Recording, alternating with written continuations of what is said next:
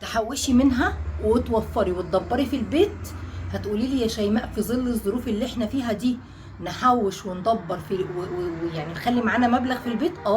وهقول لك على مشاريع تعمليها من قلب بيتك. اول حاجه نسمي الله ونصلي على الرسول. اللهم صل وسلم وبارك على حبيبي وشفيعي محمد رسول الله. ازيكم يا حبايب قلبي؟ عاملين ايه؟ يا رب تكونوا بخير. وحشتوني جدا جدا من اخر فيديو.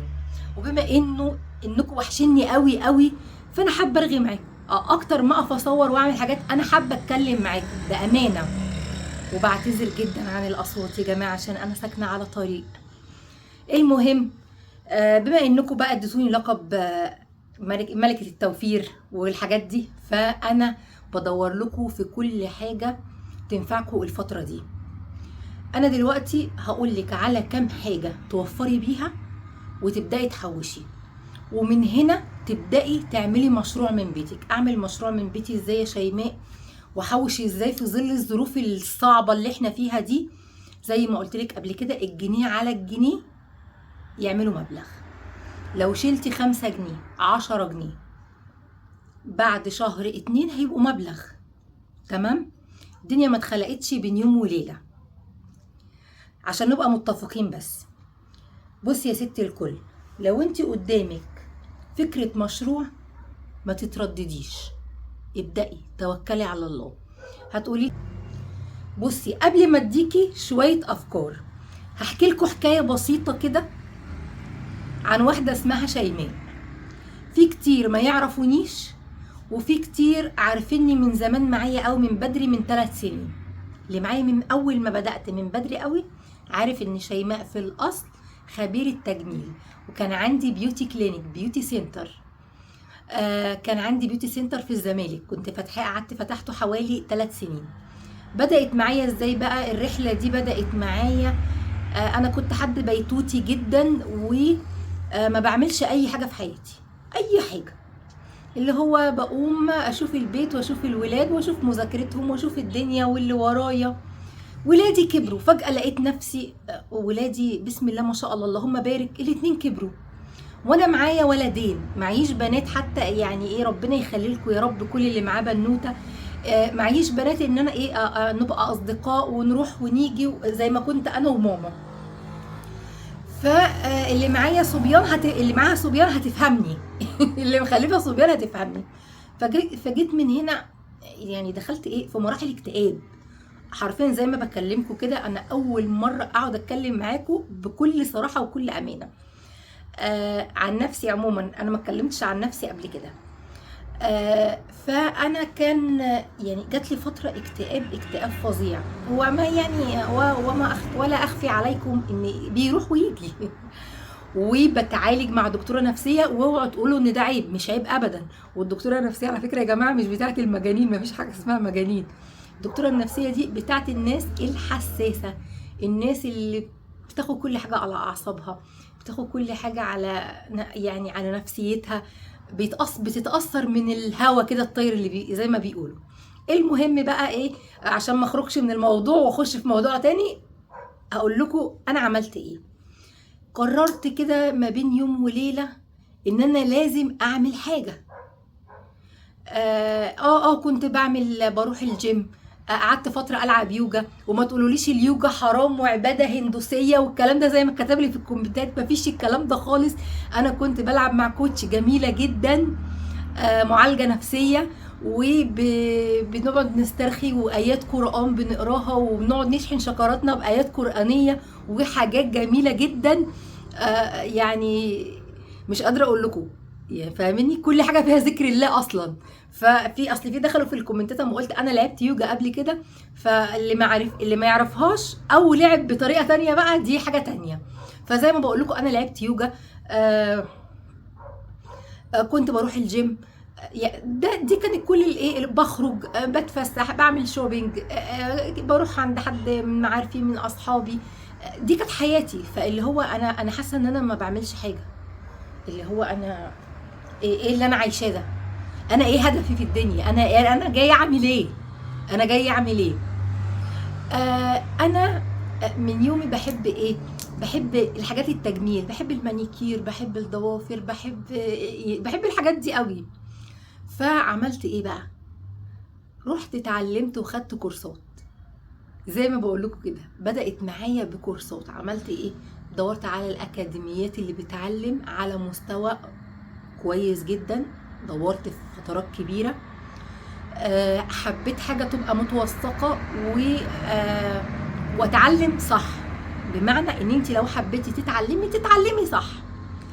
فعملت ايه؟ رحت بقى اول حاجة اتعلمتها، كنت حابة اتعلمها قوي، النيلز، الضوافر، الهارد جيل والاكريليك. كان اياميها بقى قوي الاكريليك والهارد جيل كان في اوله، والبولي جيل والكلام ده. اتعلمت وخدت كورس وخدت شهادة طبقت ازاي يا شيماء؟ بصي بقى، انا بقول لك شيماء عملت كده علشان تخرج من اكتئاب، تخرج من فترة وحشة في حياتها. اشتغلت من البيت والله زي ما بقول لكم. عملت جروب ودخلت على الجروبات في المنطقة اللي حواليا المحيطة بيا، وبقيت انزل اعلانات واللي عاوزة تيجي البيت. وزوجي ربنا يبارك لي فيه ويديله الصحة يا رب ويبارك لي في عمره. تخيلوا ان هو كان مشجعني. هو كان عاوزني اخرج من اللي انا فيه باي شكل من الاشكال، اي شكل من الاشكال. عاوزني اهم حاجة ان اكون كويسة. فقال انا معاكي في اي حاجة، انا معاكي طول ما انا في ظهرك، اعملي اللي انت عاوزاه، وانا شايفك ما بتعمليش حاجة غلط او حاجة يعني مش لطيفه. انت كل اللي بتفكري بيه عاوزه تشغلي عقلك، تشغلي نفسك وتتحركي، وده مش عيب. المهم بقى يجولي زبونه واتنين، واعمل لصحباتي واعمل معرفش ايه، وقعدت ايه، شغلت ايدي واتعلمت كويس قوي النيلز. طموحاتي هديت لحد كده ابدا. قلت بقى ايه، انا لازم اروح اخد كورس في اللاشز، في اللي هي الرموش، تركيب الرموش والكلام ده. رحت اخدت كورس، ما عجبنيش قوي. رحت عند حد بروفيشنال وخدت كورس بتاع لاشز، فبقوا 2. وبقيت اجيب صحابي ومعارفي وكل اللي اعرفه في الحياه، واقعد اركب له اللاشز واتعلم فيه. هي شغلانه صبر، صدقوني هي شغلانه صبر. وابقى مش قادره وظهري احسه اتكسر، بس انا مبسوطه. وتخيلوا بقول لكم في البيت، بس بقى ايه، بقى قدامي هدف، كل ده قدامي هدف انا بعمله. جيت برضو بقيت انزل اعلانات للنيلز واللاشز واعملهم في قلب البيت. بقيت مبسوطه بقى، انا بعمل حاجه. وتخيلوا بقى ايه اللي هو، انا بقيت ايه، امسك فلوس انا تعبانه فيها. ايه الجمال ده؟ ايه الحلاوه دي؟ والله زي ما بقول لكم، مهما يكون انت معاكي، انت مستوره، الفلوس اللي بتمسكيها من تعبك دي جميله، ليها متعه حلوه قوي قوي. المهم عملت ايه بقى؟ استكفى بكده ابدا. رحت عامله ايه؟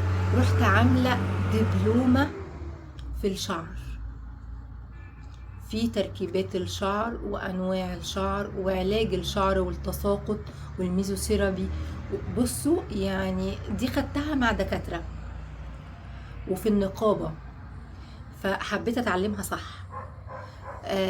كنت حابه الموضوع قوي، وتعلمت وكنت بقعد اذاكر وملازم، وبصوا مش قادره اقول لكم.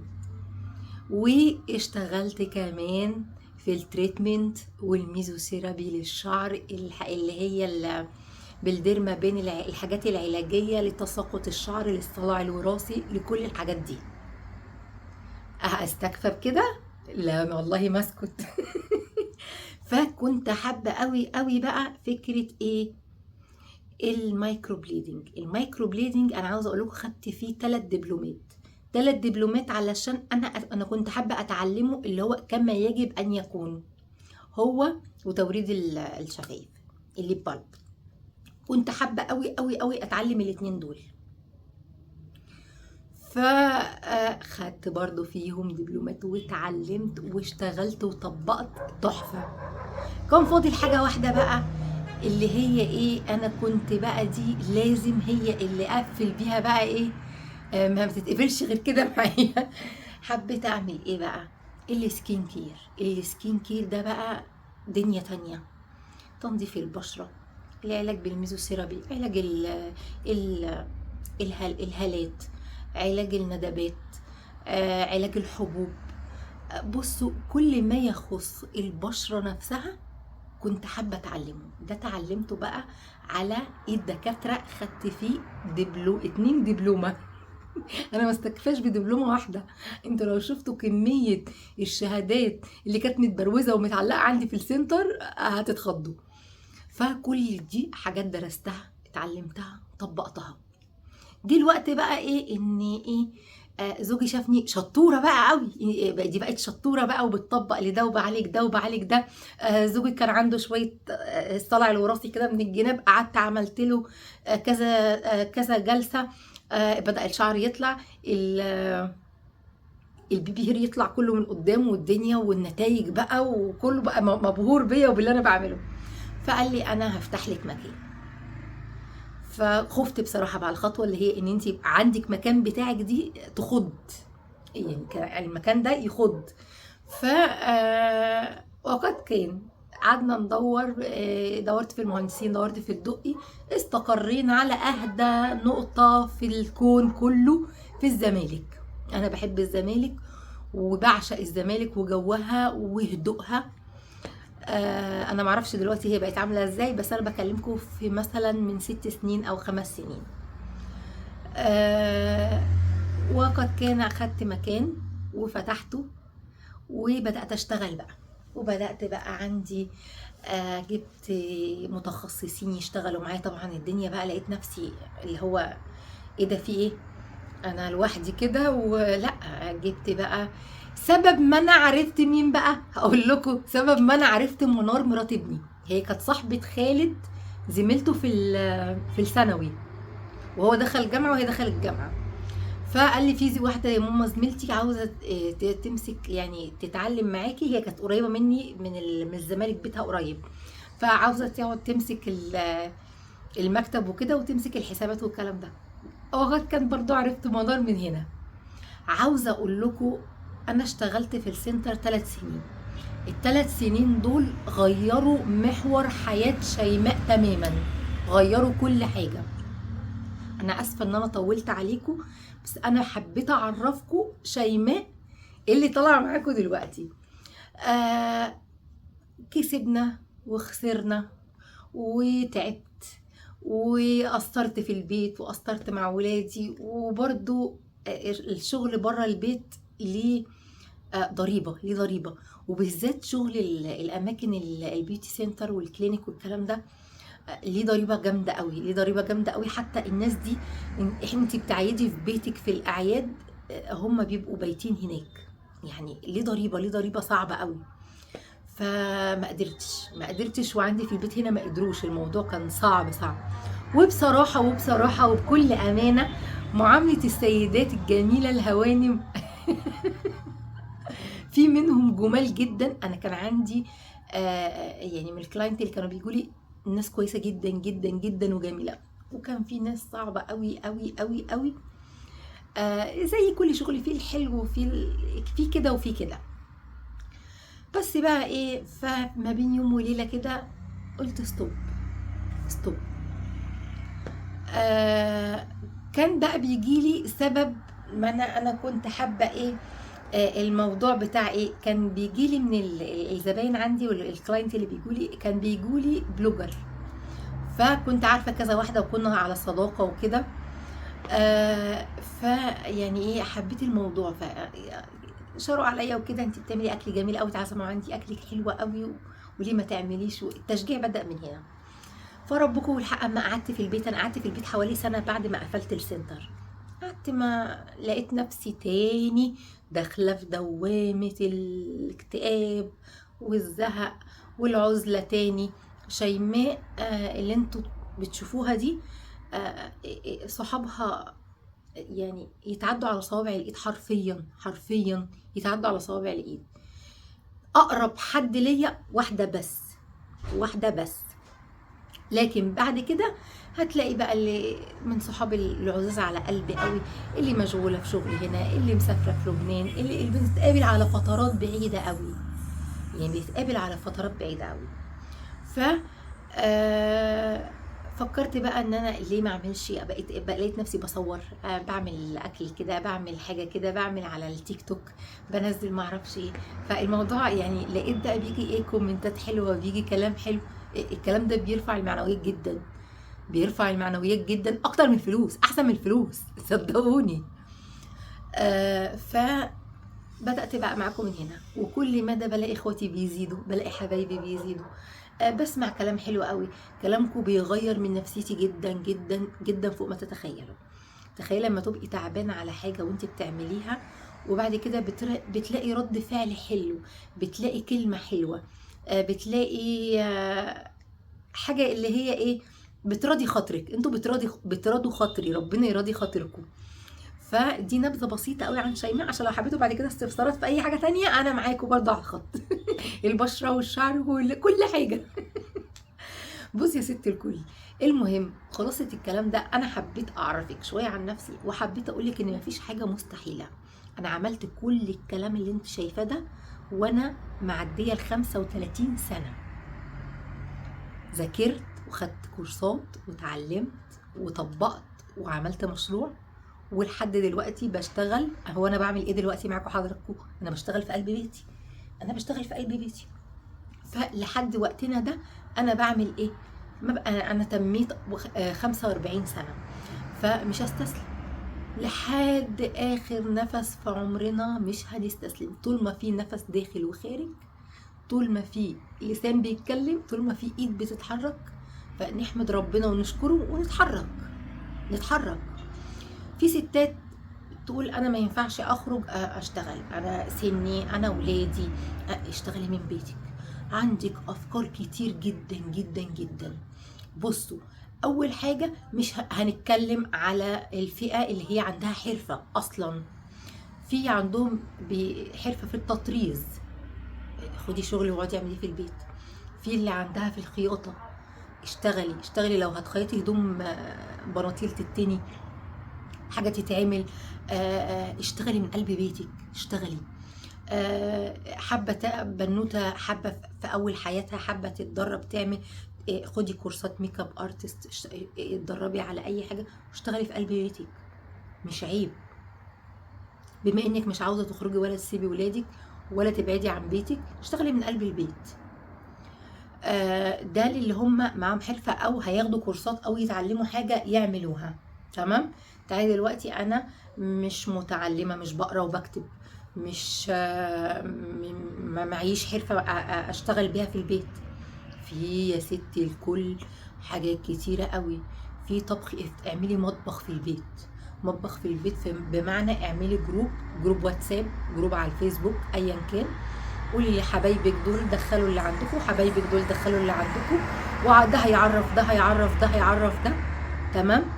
واعملي، ابدأي بالاكل اللي انت بتعمليه، اكل البيت.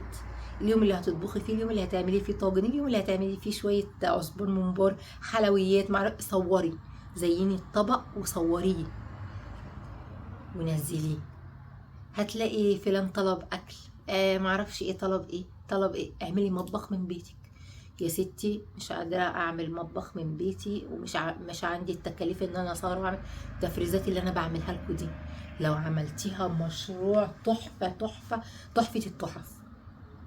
المصنعات اللي احنا بنعملها دي، اللي بنطلع من كيلو المفروم 6 و7 اكلات، اللي بنطلع من كيلو البانيه بنطلع منه 5 و6 و10 اكلات. ما احنا بنعمل اكلات كتير قوي، بنعمل مصنعات. وفي على فكره الناس بتدخل في معظم اكلاتها المصنعات، معظم الناس بتعمل كده.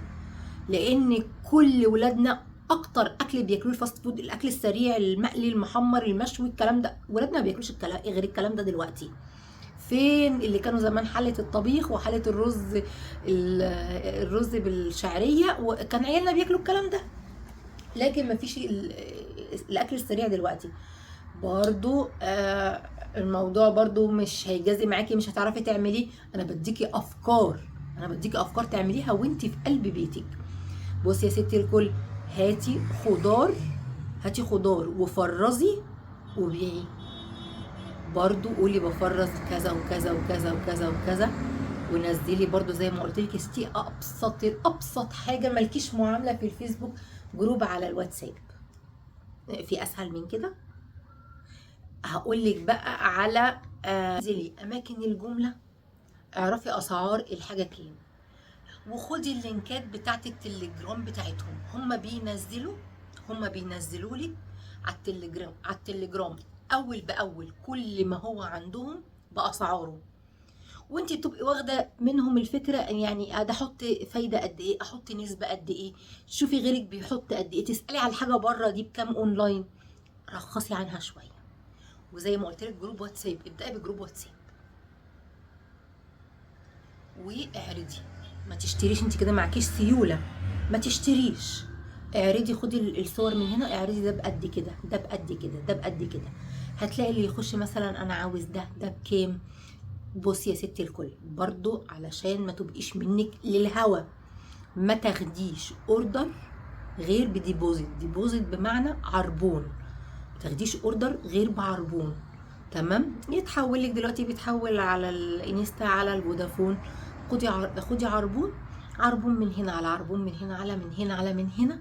هتجمعي مبلغ، هتنزلي تشتري حاجتك جمله، وتجيبي وتكلمي حد كويس يكون بيشحن، وتشحني الحاجه وتبداي مشروعك. سواء بقى عندك، وانا هقولك على كل السكك، هقولك على كل الاماكن. عندك الميك اب ممكن تشتغلي فيه، وده شغل حلو قوي. البارفانات وبرده شغلها حلو قوي. الادوات المنزليه وبرده شغلها قمر. والملابس. بصي يا ستي الكل، نص تلات ارباع اقتصاد مصر في العتبه، والتلات ارباع التاني في النزهه الجديده. مكانين، العتبه والنزهه الجديده. النزهه الجديده يا ستي الكل فيها اماكن للبرفان الاستوكيت، البرفان الاوريجينال. انا شيماء اهو، ما بشتغلش ابيع واشتري، بس انا ما بجيبش البرفانات بتاعتي غير البرفانات اللي هي الاستوكات، وتبقى اوريجينال على فكره، بس بتبقى من كل حاجه قطعه واحده ومن غير علبه، تمام؟ بس الازازه اللي هتجيبيها ب7-8 آلاف جنيه هتجيبيها ب1000 جنيه. حلو الكلام؟ والهدوم برضو هتلاقي، اشتغلي في الملابس اللي هي سيبك يا ستي من اللبس، اشتغلي في الاستوكات، اشتغلي، ده احلى لبس الاستوكات. اللبس اللي هو البنات بيلبسوه دلوقتي، الهودي والبناطيل والحاجات اللي بتتلبس دي، هاتي واشتغلي فيه. زي ما قلت لك، انت بتخشي على لينكات، اللينك ده بيوصلك باللينك ده باللينك ده باللينك ده. انت من مسافه بس ما دخلتي التليجرام، عشت حياتك وخدتي لينكين 3 بيعملوا اعلانات، وبتلاقي بقى لينك لصفحه معرفش مصنع ايه ومصنع ايه بصي بتلاقي الدنيا كلها اتفتحت عندك. وانا عندي كميه لينكات لا باس بها لكل حاجه. الميك اب هقول لك مكانه لو حابه تعرفي. الادوات المنزليه هقول لك مكانها، وبرضو تروحي هتعوزي بس لفه شويه، مشوار او مشوارين، عشان تجمعي كل الاماكن اللي هتاخدي الكروته بتاعتها والتليجرام بتاعها، تخشي عليه وتشتغلي من بيتك وانت قاعده معززه مكرمه. هتمسكي الموبايل بتاعك، كل شغلك هيبقى على الموبايل. وقت الولاد ما يجوا يرتاحوا، وقت الولاد ما يبقوا في المدرسه وانت خلصتي شغلك اللي وراكي، ساعتين زمن، تمام؟ فالموضوع سهل قوي قوي فوق ما تتخيلوا، فوق والله ما تتخيلوا.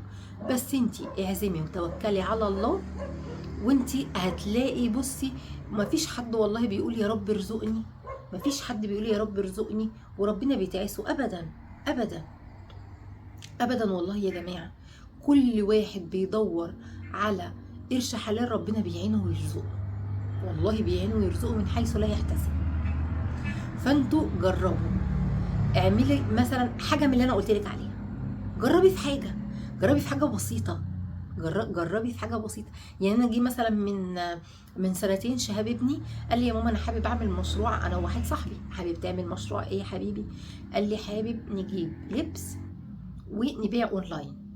قلت له معاك، تخيلي ابني وهو بيدرس في الجامعه، شاب صغير، عاوز يا ماما هشتغل في الهودي اللي هو السويتشيرت بلغه ال 45 سنه، السويتشيرت الهودي دلوقتي، والبنطلون اللي معرفش اللي هو اللي ايه، والمهم يعني المسميات كتيره قوي يا بنات بس الواحد بيحاول يواكب العصر بتاعه. المهم اشتغل جرب حوالي 6 شهور، 6 شهور،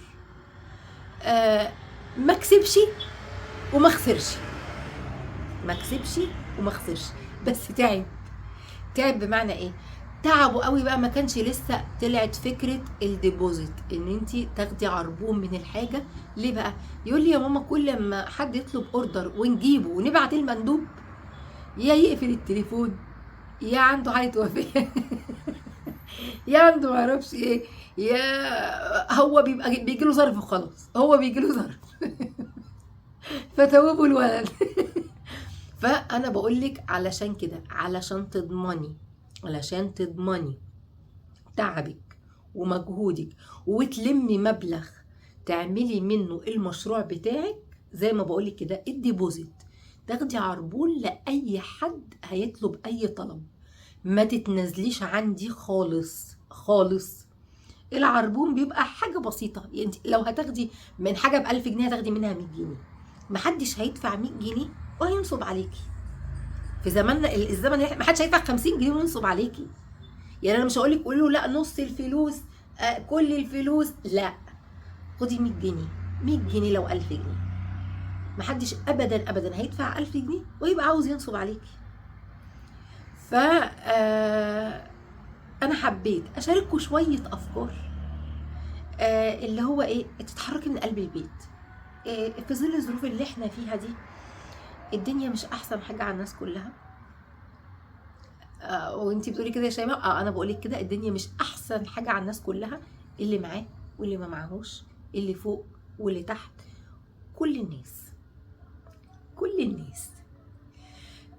مفيش في ايدينا غير نقول الحمد لله والشكر لله على كل حال، زي ما قلنا قبل كده، ودايما هنقول الرضا ثم الرضا ثم الرضا ثم الرضا لحد اخر نفس فينا، الرضا يا جماعه. وانا نسيت اقول لكم ايه ده انا نسيت اقول لكم، حطيتوا لايك ولا لا؟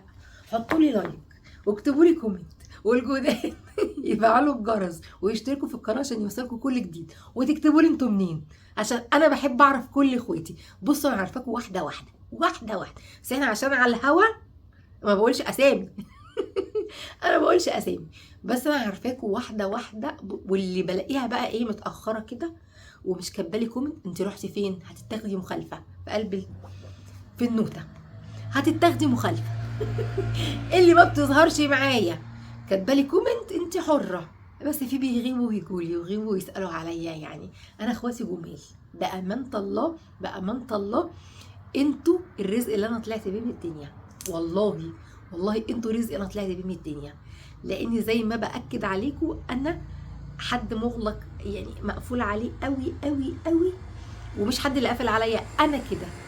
انا زي ما بقولك، مش انا بقولك مالكيش دعوه بشيماء شافت كل حاجه وعصرت كل حاجه، ال45 سنه دول، قولي 10 سنين، من بعد ال10 سنين ابتديت اخد خبره من الحياه ابتديت تخيلي بقى من بنوته عندها 10 سنين ابتديت تاخد خبره من الدنيا كلها. فشيماء شافت كل حاجه، فعشان كده زهدت الناس اللي هي كفايه كل الناس حبايبي قرايبي معارفي، من بعيد لبعيد من بعيد لبعيد، الا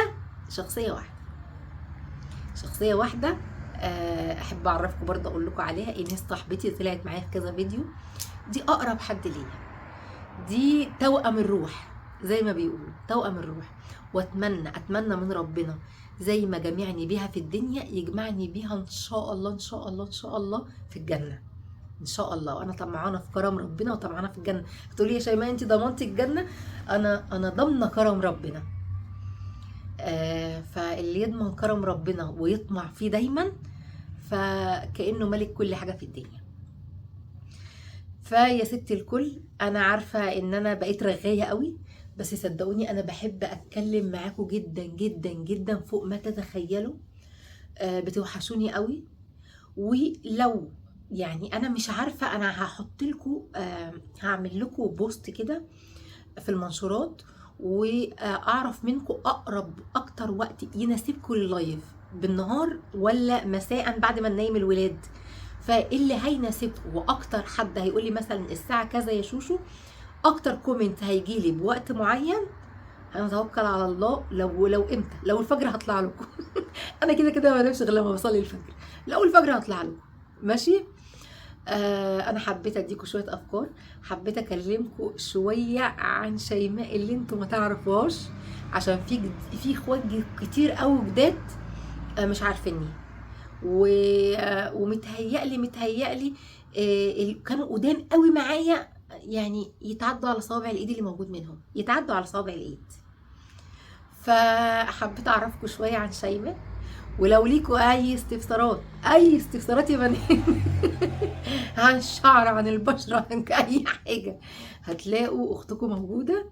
اختكم 7 صنايع، بس الحمد لله البخت مش ضايع، الحمد لله والشكر لله على كل حال. اتمنى اكون بفيدكم، واتمنى ما اكونش بصدعكم. استودعكم والله الذي لا تضيع ودائعه. بحبكم في الله يا اجمل اخوات.